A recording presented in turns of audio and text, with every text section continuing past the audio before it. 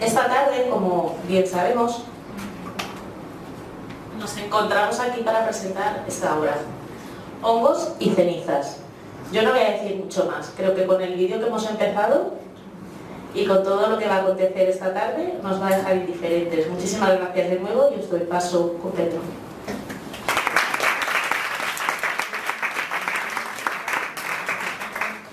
Bueno, a ver, la verdad es que el objetivo del vídeo era que guardáramos silencio todos, porque es un poco difícil con tanta gente que pues un poco la atención se fije, ¿no?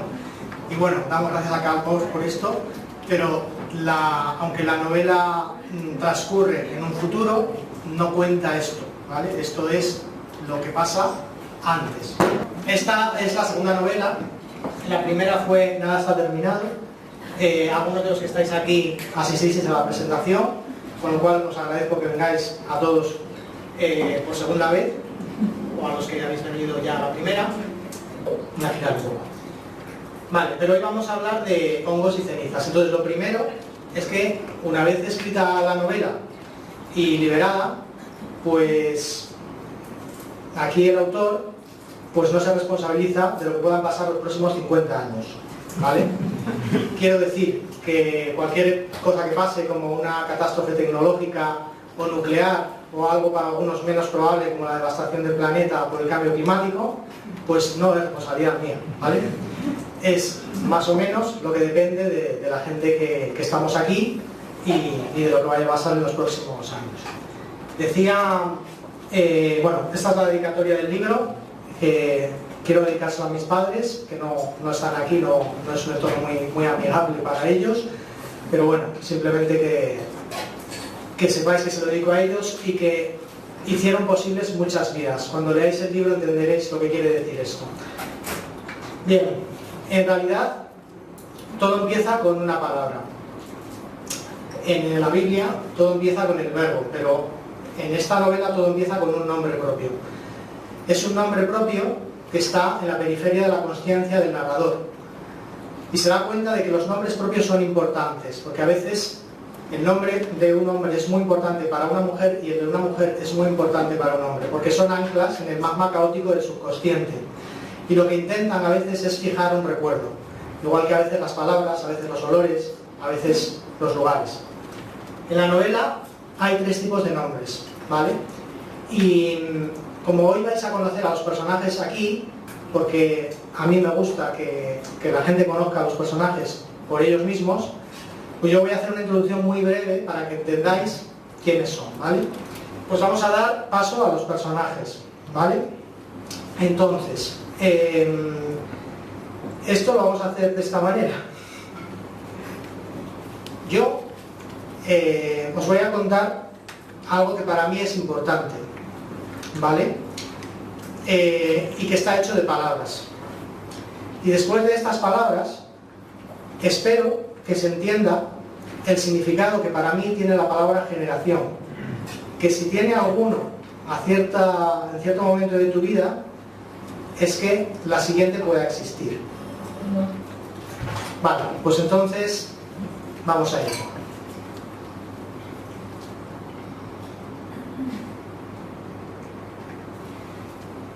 Nos iremos, pero no ahora. Y vendrán nuevos nosotros, con una constelación en su mirada. Y ni el ansia de la tierra ni los enemigos del aire podrán con ellos. Nos iremos, pero no ahora. Y vendrán nuevos nosotros, con la promesa de un futuro, luchando contra la gravedad. Y ni los enemigos de la tierra ni el ansia del aire podrán con ello. Nos iremos, pero no ahora, porque vendréis vosotros, la promesa de un futuro, y en vuestra mirada traeréis una galaxia. Vosotros, la mañana y el día, la vida en movimiento, principio y fin de la hora. Y ahora vamos a conocer a esa. El mundo tal y como lo conocían nuestros abuelos desapareció en 2031. Los niños de hoy no éramos ni siquiera un proyecto en la mente de nuestros padres por aquel entonces. Nadie sabe cuál de los 2 bloques empezó la guerra. Ni siquiera eran los bloques actuales, y los ataques cibernéticos y nucleares alteraron la información de los ordenadores de modo que no nos permiten reconstruir los años precedentes.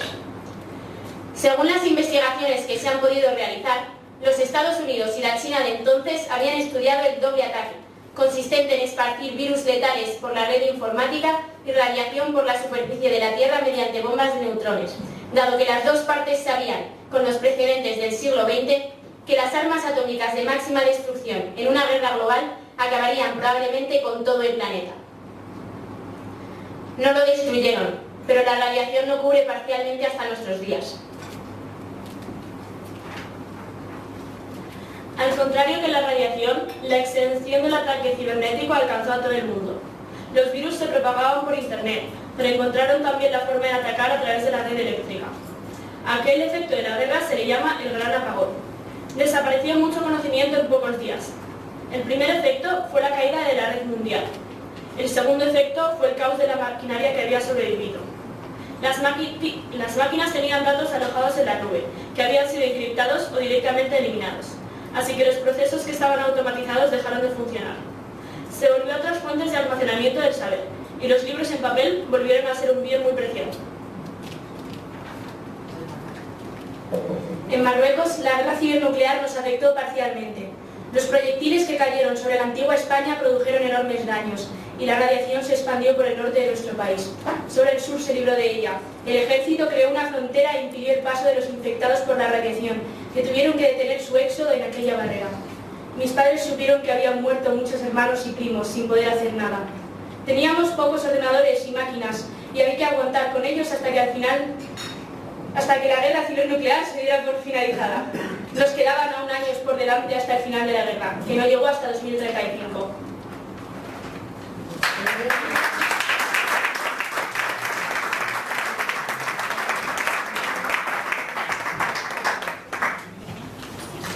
Aisha, a tres voces, tiene 13 años, vive en Marruecos cuando comienza la historia y bueno, pues como habéis podido oír, porque esto es una redacción que ha escrito ella, es bastante inteligente y sabe escribir y sabe contar las cosas, y nos ha contado lo que ha pasado hasta el momento en que empieza la historia, que en realidad es 2076, pero claro, hay que explicar lo que ha pasado antes. Y ahora vamos a conocer a Nautilus.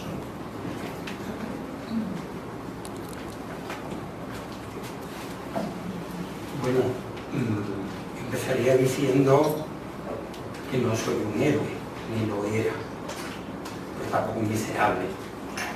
Pertenecía a ese elevado porcentaje de población que lucha por la vida y que se puede ayudar a otros a hacerlo mejor, pero que si no, tampoco pasa nada. No estoy casado, ni tengo hijos, lo que me deja libre de eso que se llama compromisos de sangre. Tampoco viven mis padres ya. No creo demasiado en el amor y demasiado en el éxito profesional. Había montado mi tienda online de comestibles, invirtiendo todo mi dinero, cuando la red mundial ya estaba plenamente restablecida. 2 décadas después de aquel gran apagón, y durante más de 15 años, todo funcionó razonablemente bien. Estuve durante mucho tiempo al frente de mi tienda online y eso me daba para vivir. Pero cuando se prohibió el azúcar y mi negocio se fue al traste, estaba muy rabioso, cabreado. Al final, quizás tendría que agradecer a aquella maldita coalición de partidos en el poder por sacarme de la mediocridad en la que sé que hasta ahora transcurría mi vida. Porque en el 2068, el año de la prohibición, dejé de ser el que había sido para convertirme en alguien totalmente distinto. 3 años más transcurrieron, 3 años en los que acumulé la suficiente rabia contra esta situación y sus causantes. Y quizás por eso había llegado el momento, o quizás porque un tipo susurrara unas palabras a mi espalda en un supermercado mientras me introducía algo en el bolsillo de mi abrigo. Aquel día descubrí que había llegado el momento de hacer algo, porque me equivocaba, antes me equivocaba. Hemos venido a esta vida para hacer algo. Vosotros, todos nosotros, y yo, tenemos que hacer algo.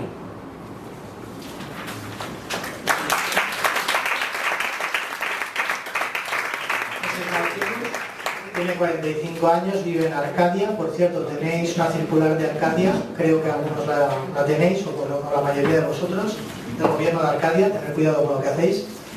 Y su nombre real es Rafael Díaz de Santis. Es bastante introvertido, algo taciturno y tiene habilidades como hacker, lo cual le ha llevado a meterse en un grupo clandestino.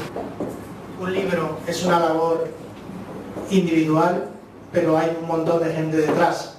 Y entonces, antes de que conozcáis el libro, aquellos que queráis, como es lógico, os voy a decir un poco lo que hay detrás.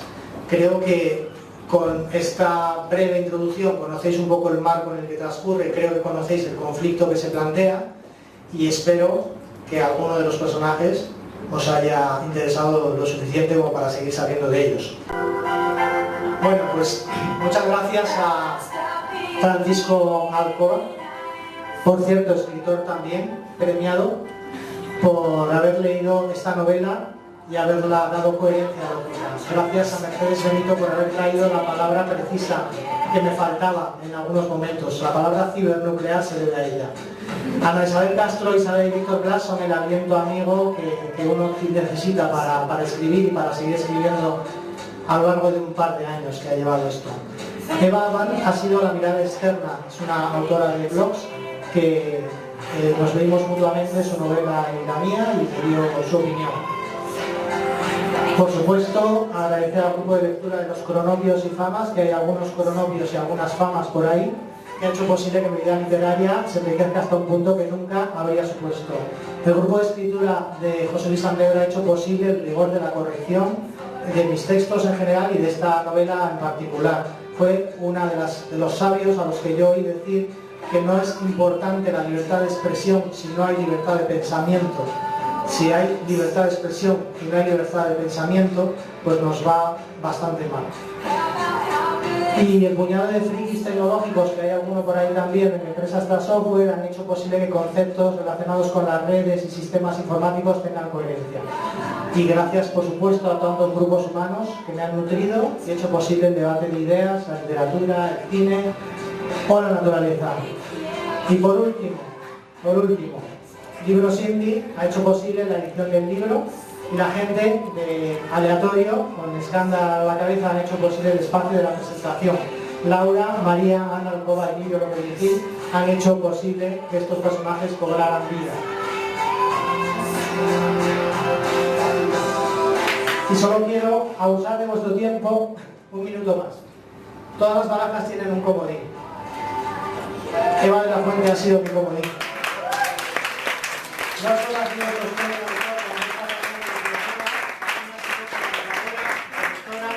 música inspiradora y aliento. Y cuando te dan un comodín lo tienes que guardar porque es muy valioso.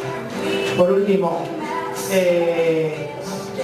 el último curso de literatura, o de escritura más bien, al que asistí, espero que sea el último ya, por fin, pues el profesor decía que cuando un escritor escribe una obra debe mirar la constelación literaria e imaginársela como si fuera un firmamento y ver en qué lugar de ese firmamento quiere estar. Hay algunos planetas que han desaparecido, Javier Marías, Fernando Marías, Almudena Grandes, pero hay otros que siguen ahí, que están vigentes, como Sara Mesa, por ejemplo, Rafa Rech, en fin, Julia Mazares. Toda esa gente está detrás de las lecturas y por lo tanto de la escritura de una novela. También, por supuesto, Kurt Vonnegut, Philip K. Dick. En fin, a mí me gustaría que también mi novela encontrara un lugar en esa constelación, aunque sea en una galaxia muy muy lejana. Muchas gracias.